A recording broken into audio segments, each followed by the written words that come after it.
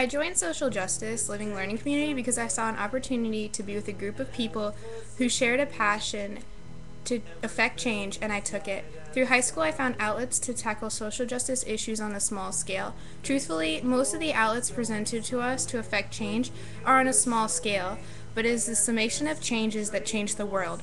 I would have to say that would be my social justice motto, making changes every day to change the world. My social justice passion is always centered on children. I think that injustice directed at children is the most unforgivable and upsetting kind. As children are defenseless and often unable to change their lives, they become victims of their situations, and it is our responsibility to help them change these circumstances, especially if they are forced upon them by other people.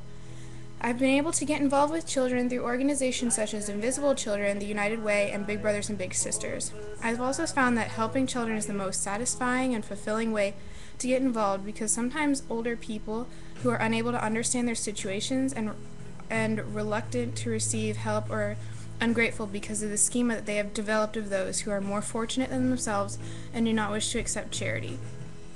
I feel that as a person who is part of a social justice society, which we take I feel that as a person who is part of a society which I take from, I have a responsibility to give back to it. I also feel that as someone who is very blessed that I have responsibility to those who have much more than I do, who have less than I do as well. I believe the best way to create change is to donate your time, money, and ideas and compassion to an organization or group of people who are in need. Eventually, all these small donations added together will create global change.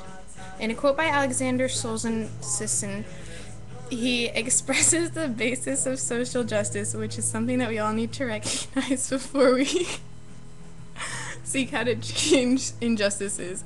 Injustice is conscience, not a personal conscience, but the conscience of the whole humanity. Those who clearly recognize the voice of their own conscience usually recognize also the voice of injustice. This was bad.